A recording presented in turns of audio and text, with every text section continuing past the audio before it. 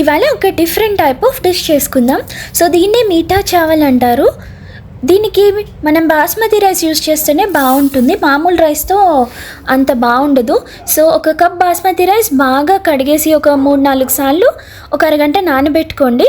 ఇప్పుడు ఒక గిన్నె తీసుకొని అందులో నీళ్లు వేసి, అన్నం ఉడికి అంత నీళ్లు వేసి, ఇలాగే చూపిస్తున్నట్టుగా 3 యాలకులు, 2 లవంగాలు, ఒక బిర్యానీ ఆకు, ఇంకా దాల్చిన చెక్క వేయండి.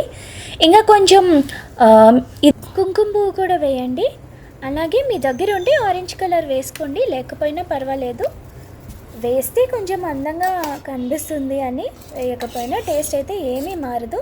సో బాగా మరిగాక ఈ రైస్ ఇందులో వేసేసి మనం బాగా ఉడికించుకోవాలన్నమాట. చాలా సులువుగా అయిపోతుంది, అయితే ఒక డిఫరెంట్ టేస్ట్తో బాగుంటుంది అనమాట. ఇది కొంచెం ఈ ఫ్లేవర్ అది డిఫరెంట్గా ఉంటుంది, మనం రెగ్యులర్గా చేసుకునే స్వీట్స్ లాగా ఉండదు, కానీ బాగుంటుంది.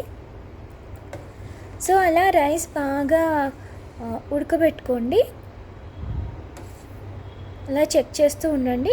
బాగా ఉడికిందన్నాక ఇంకా ఆపేసి మనం ఫిల్టర్ చేసుకోవాలన్నమాట. రైస్ వేరే గిన్నెలోకి తీసుకోవాలి. సో అక్కడే ఉండండి, వదిలేసి వెళ్ళిపోవద్దు, ఎందుకంటే బాగా ఉడికిపోయి మెత్తగా అయిపోయినా బాస్మతి రైస్ బాగుండదు.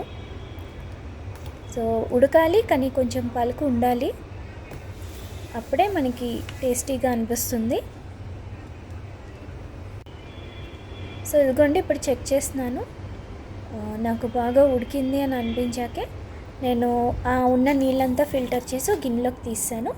ఇప్పుడు ఒక ప్యాన్ తీసుకొని ఇందులోని కాస్త నెయ్యి వేసుకోండి. అలాగే డ్రై ఫ్రూట్స్ అన్నమాట. నేను క్యాషు, కిస్మిస్, ఇంకా కొంచెం బాదం కట్ చేసి తీసుకున్నాను. మీకు అలా నచ్చిన డ్రై ఫ్రూట్స్ అలా కట్ చేసి మీరు చక్కగా ఫ్రై చేసుకొని వేసుకోవచ్చు.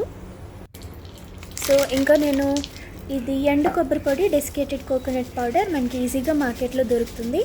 ఇది కొంచెం వేసి అదే నేతిలోని కొంచెం ఫ్రై చేస్తున్నాను అనమాట. ఇది చాలా తక్కువ హీట్లో చేయాలి, లేకపోతే ఈజీగా మాడిపోతుంది. సో ఇప్పుడు అదే ప్యాన్లోని మన రైస్ తీసేసుకున్నాం. ఇప్పుడు 1/2 కప్పు షుగర్ వేస్తున్నాను అనమాట. ఈ రైస్కి 1/2 కప్ సరిపోతుంది, మీకు కొంచెం ఇంకా కావాలంటే వేసుకోవచ్చు.